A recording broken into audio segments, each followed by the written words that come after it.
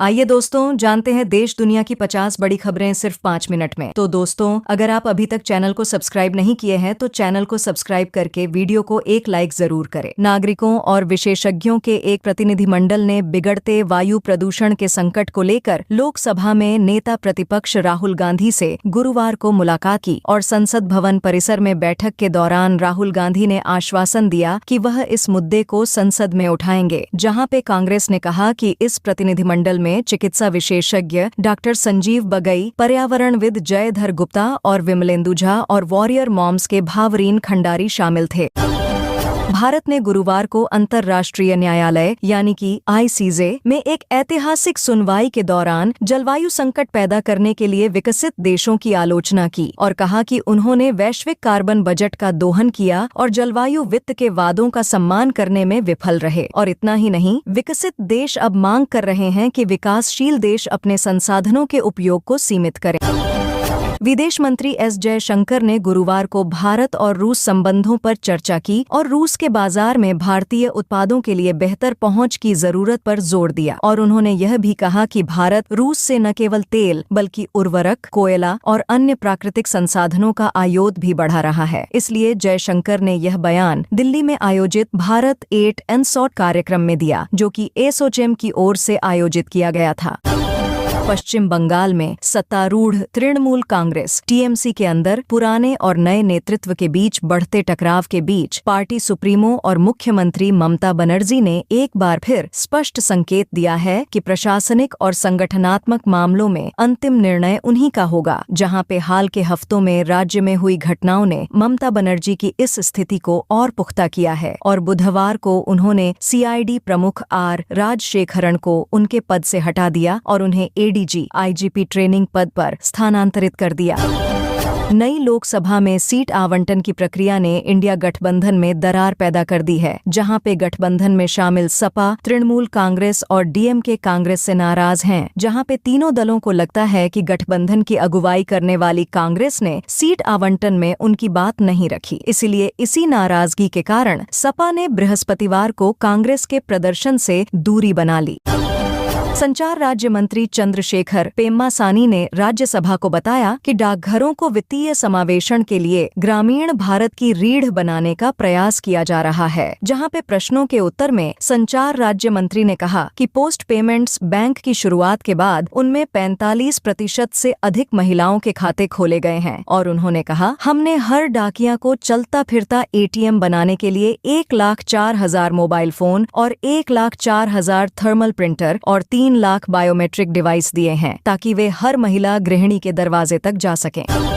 0 point पर धरना दे रहे 34 किसान नेताओं को पुलिस ने हिरासत में लेकर लुक्सर जेल भेज दिया। और गुरुवार को भी जिले के विभिन्न इलाकों से प्रदर्शनकारी 42 किसान नेताओं को गिरफ्तार करके जेल भेजा गया। ऐसे में आज फिर किसान नेताओं को जेल भेजने के विरोध में किसान संगठन और पुलिस प्रशासन के बीच टकराव की स्थिति बन गई है, जहां पे संयुक्त किसान मोर्चा ने ऐलान किया है कि शुक्रवार दोपहर 12 बजे फिर से सैकड़ों की संख्या में किसान दिल्ली कूच करने के इरादे से 0 पॉइंट पर पहुंचेंगे। और किसानों ने कहा कि प्रशासन और सरकार उनकी आवाज को दबाने का काम कर रही है, इसलिए जेल से छूटने के बाद आंदोलन तेज होगा।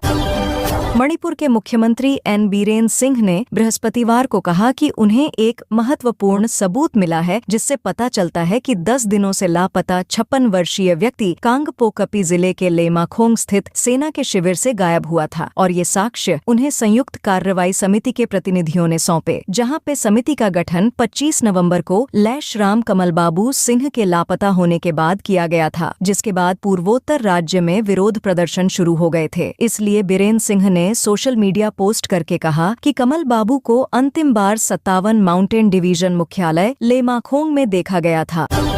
प्रधानमंत्री नरेंद्र मोदी शुक्रवार को राजधानी दिल्ली स्थित भारत मंडपम में पूर्वोत्तर भारत की सांस्कृतिक जीवंतता को प्रदर्शित करने वाले अष्टलक्ष्मी महोत्सव का उद्घाटन करेंगे। और फिर प्रधानमंत्री कार्यालय पीएमओ ने बृहस्पतिवार को एक बयान में यह जानकारी दी कि पहली बार मनाया जा रहा 3 दिवसीय सांस्कृतिक महोत्सव 6 से 8 दिसंबर तक आयोजित किया जाएगा। इसलिए पीएमओ ने कहा, यह पूर्वोत्तर भारत की विशाल सांस्कृतिक विविधता को प्रदर्शित करेगा और पारंपरिक कला, शिल्प और सांस्कृतिक प्रथाओं की एक श्रृंखला को एक साथ लाएगा। कानून मंत्री अर्जुन राम मेघवाल ने राज्यसभा को बृहस्पतिवार को बताया कि सुप्रीम कोर्ट और हाई कोर्ट के न्यायाधीशों की सेवानिवृत्ति की आयु बढ़ाने का कोई प्रस्ताव नहीं है, जहां पे न्यायाधीशों के लिए सेवानिवृत्ति के बाद के कार्यों के लिए संविधान में किसी कूलिंग ऑफ अवधि का कोई उल्लेख नहीं है। इसलिए सुप्रीम कोर्ट के न्यायाधीश 65 वर्ष की आयु में सेवानिवृत्त होते हैं, जबकि हाई कोर्ट के न्यायाधीश 62 वर्ष की आयु में सेवानिवृत्त होते हैं और जिला न्यायाधीश 60 वर्ष की आयु में सेवानिवृत्त होते हैं। सब कुछ ठंडा नजर आ रहा है, जहां पे लोकसभा में सीटिंग अरेंजमेंट को लेकर भी इंडिया ब्लॉक के अंदर खींचतान शुरू हो गई है और 18वीं लोकसभा की नई सिटिंग व्यवस्था के तहत अयोध्या सांसद अवधेश प्रसाद को दूसरी पंक्ति में सीट दी गई है, जिससे समाजवादी पार्टी नाराज हो गई है। जिसके बाद बताया जा रहा है कि कांग्रेस ने सीटों में बदलाव को लेकर अखिलेश यादव को कोई जानकारी नहीं दी है, जिससे वह और उनकी सांसद पत्नी डिम्पल यादव काफी नाराज हैं। सरवन सिंह पंधेर के नेतृत्व में किसानों का एक जत्था आज दोपहर में शंभू बॉर्डर से दिल्ली की ओर मार्च करेगा, जहां पे अंबाला में धारा 163 लागू है, जहां पे पुलिस ने सुरक्षा के कड़े इंतजाम किए हैं। जहां पे किसान नेता सरवन सिंह पंधेर ने कहा कि 101 किसानों का एक जत्था शंभू बॉर्डर पर विरोध प्रदर्शन स्थल से शुक्रवार अपराह्न 1 बजे दिल्ली के लिए पैदल मार्च शुरू करेगा। जिसके बाद अंबाला जिला प्रशासन ने भारतीय नागरिक सुरक्षा संहिता BNSS की धारा 163 के तहत एक आदेश जारी किया है, जिसमें जिले में 5 या अधिक व्यक्तियों की किसी भी गैर कानूनी सभा पर रोक है और हरियाणा सीमा पर बहुस्तरीय बैरिकेडिंग किए जाने के अलावा केंद्रीय अर्धसैनिक बलों को भी तैनात किया गया है।